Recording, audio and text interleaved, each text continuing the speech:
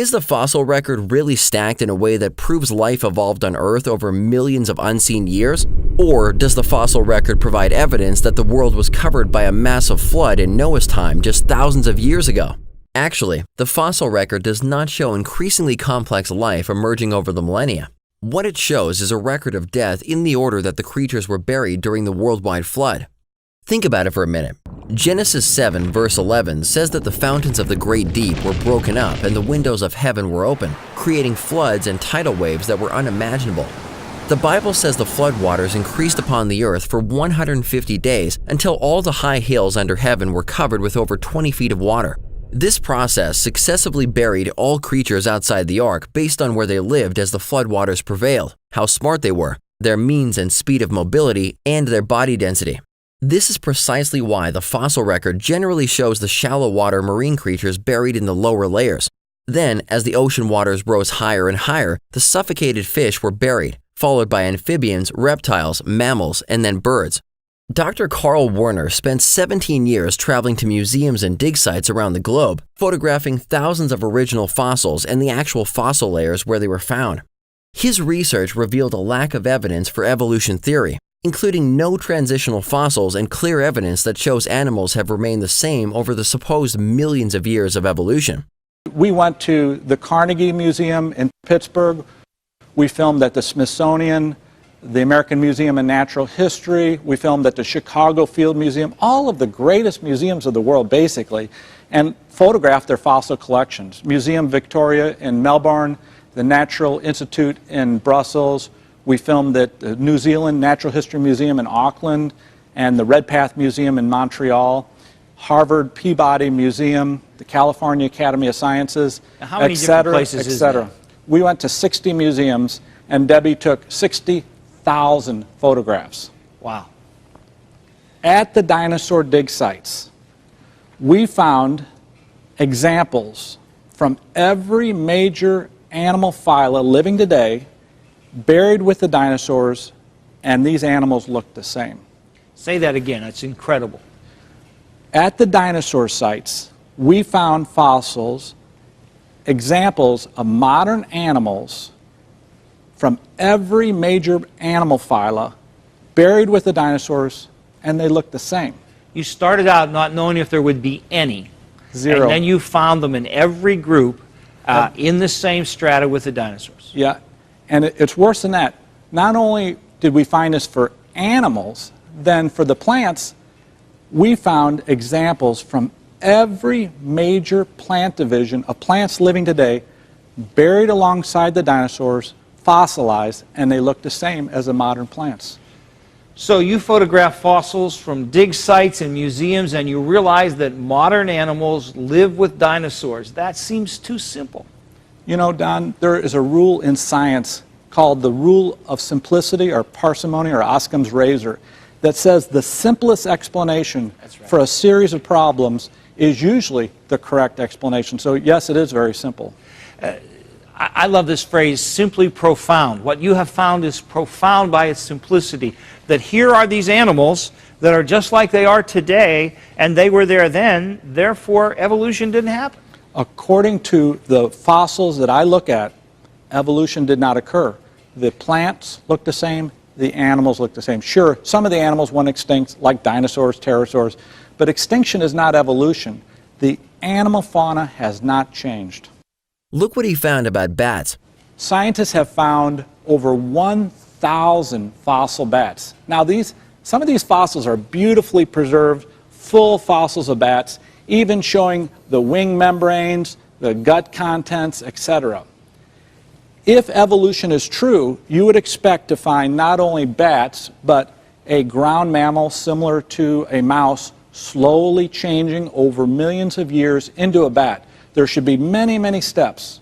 If you find 1,000 bats, you would expect to find thousands and thousands of each of these steps. And how many have been found? Zero. No ancestors for bats. Wow. Over 1,000 bats in museums and not a single transitionary fossil leading to bats. They just show up, completely formed. Wouldn't you expect that after uncovering over 1,000 bats that at least a few pre-bats would be found? The same has been said by evolutionists for several other creatures. Leading dinosaur expert Dr. Weishaupt wrote this about dinosaur ancestors. For my reading of the fossil record of dinosaurs, no direct ancestors have been discovered for any dinosaur species. Alas, my list of dinosaurian ancestors is an empty one. Wow, it's almost like a divine designer just put them here, all fully formed, just like the Bible says. Consider pterosaurs, massive flying reptiles with wingspans sometimes over 40 feet that could likely only fly in the pre-flood world. Dr. Viol, curator of the famous Jura Museum in Germany, said, Yes, I must say we know only little about the evolution of pterosaurs. The ancestors are not known.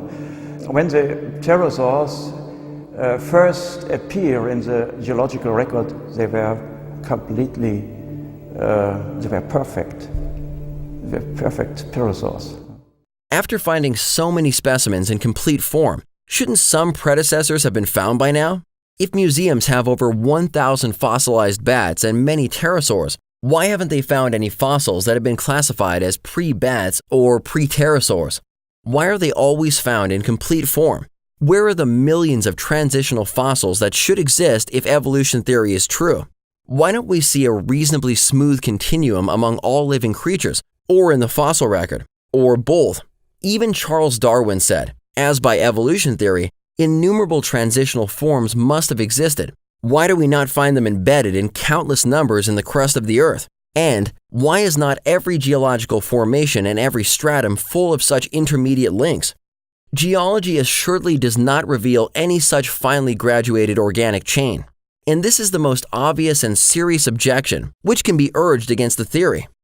Darwin expected that these challenges would be resolved after more research was conducted. But today, 150 years and millions of fossils later, the proof still doesn't exist. When the famous Dr. Colin Patterson of the British Museum of Natural History was asked why evolutionary transitions were not included in his book titled Evolution, Patterson said, "I fully agree with your comments on the lack of direct illustration of evolutionary transitions in my book. If I knew of any, fossil or living, I would certainly have included them. You say that I should at least show a photo of the fossil from which each type organism was derived. I will lay it on the line. There is not one such fossil for which one could make a watertight argument." Wow! After working with thousands of fossils for over 16 years in one of the largest natural history museums in the world, he makes a statement like this. Even the two leading supposedly transitional fossils that are used in school textbooks today are falling apart. The Archaeopteryx supposedly shows the transition between dinosaurs and birds, but now leading experts regard it as just a bird. Paleontologists have tried to turn Archaeopteryx into an earthbound feathered dinosaur, but it's not. It is a bird, a perching bird. And no amount of paleobabble is going to change that. Archaeopteryx was further disqualified as an evolutionary ancestor for birds when scientists found a crow-sized bird and extinct four-winged birds in rock layers designated to be below those containing Archaeopteryx. Next, there are supposed evolutionary fish, like Tiktaalik, typically shown in textbooks as a 375-million-year-old fossil that was on its way to progressing into a land-dwelling creature. Sometimes the coelacanth is also shown in this same lineup, supposedly living about the same time frame. Now, however, both of these have been ejected out of the evolutionary lineup. Evolutionists used to think that Tiktaalik's strong front fins did most of the work to pull this transitional fish up onto land, leaving the hind legs to evolve later. But now, after more investigation of the pelvis and fins, the discoverers of Tiktaalik have developed updated illustrations showing how it used its strong pelvic structure for paddling. Even more amazing is the fact that scientists announced in the 2010 Nature journal that they had found footprints of a four-legged land creature in Poland that are supposedly 10 million years older than Tiktaalik. So, if Tiktaalik was supposedly the ancestor of land creatures, how could land creature fossils sit 10 million years earlier in the rock layers than their ancestor? There goes Tiktaalik as a clear transitional fossil, yet it's still found in school textbooks today. Coelacanths have also been used for promoting evolution because their fins looked like they were becoming arms and legs. But all of this changed in 1938 when a museum curator in South Africa found a living one stacked up with a bunch of other fish on a fishing dock. They've since found a lot more of these fish. You can even go swimming with them near the Comoros Islands. So much for that sea-to-land transition. Next, there's dinosaurs.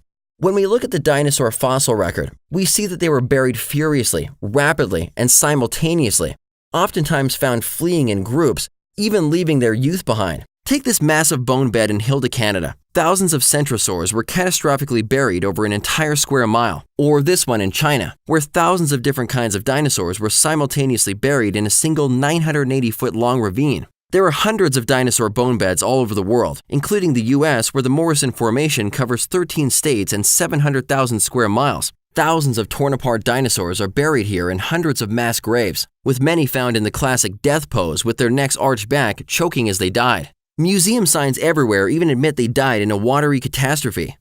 Is a worldwide flood the best explanation for this? Let's drill down on just one of these massive bone beds in Wyoming, where over 1 million dinosaur bones have been buried over an 80-acre area. This is a Upper Cretaceous sedimentary deposit, and what we have here is what's called a bone bed. It's an accumulation of bones that's about 1 meter thick, a little less than 1 meter. And in this meter, we find the bones present as a graded bed with little bones at the top and bigger bones at the bottom. These animals had to die, and then their carcasses had to have time to rot. So we're talking days or weeks or months, during which time the bones and tissues were either eaten away or rotted away. And then the bones that remained were deposited instantaneously in this environment, because they're in a graded bed with big bones at the bottom and little bones at the top. And you can see that here. The big bones are all down at the bottom. And when they start digging up here, they start to find smaller bones. So that condition requires a sorting process that can only take place during a catastrophic emplacement. We hear a lot about transitional forms. What's the real story there? Scientists have been able to lay out some forms they think are transitional, and some of them are very interesting, some even challenging, but they are the exceptions to the rule. The rule is there are no transitional fossils, and what we find in the fossil record, and contra to Darwin's hopes, this is the rule, is that a form exists in the fossil record. It basically stays unchanged, and it disappears from the fossil record without having been changed. That's got to mean something besides evolution, because we don't ever see changes from this form into this form in the rocks themselves. So it's coming from somewhere else. It's a paradigm that's being imposed on the data rather than the data providing the paradigm. So I think it's very easy for me to be a creationist just based on my understanding of the complexity of life forms. And when we look at the fossil record, we can see that the complexity is all there from the beginning, and this begs the question of where did all this complexity come from? You know, it's one thing to have faith. I have faith that God was the creator, but that's substantiated by what I see around me. To say I have faith that evolution produced this when I can't even see how it could have happened. There are hundreds and hundreds of similar mass graveyards around the world that have been catastrophically deposited by water. Scientific journals have now even documented 14 fresh bioorganic materials from dinosaur bones that simply can't be millions of years old. While doing his research, Dr. Werner noted, if evolution was not true, and if animals did not change over time, I should be able to find modern-appearing plants and modern-appearing animals in the dinosaur rock layers. And this is in fact what I found. In fact, Dr. Werner has documented 432 mammal species in the dinosaur fossil layers. But after visiting 60 museums around the world, he did not find a single complete mammal skeleton from the dinosaur layers displayed at any of these museums. Some mammals are even found in the stomachs of dinosaurs. Mixed in among dinosaurs, Dr. Werner found all of today's reptile groups, as well as birds, including parrots, owls, penguins, ducks, loons, albatross, cormorants, and sandpipers.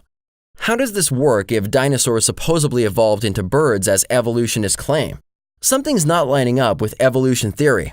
The latest findings continue to confirm the recent demise of most of the dinosaurs by a massive flood. Consider this 3,000-pound nodosaur fossil just found in Canada. Evolutionists date this fossil at 110 million years old. But how did everything stay intact for so long?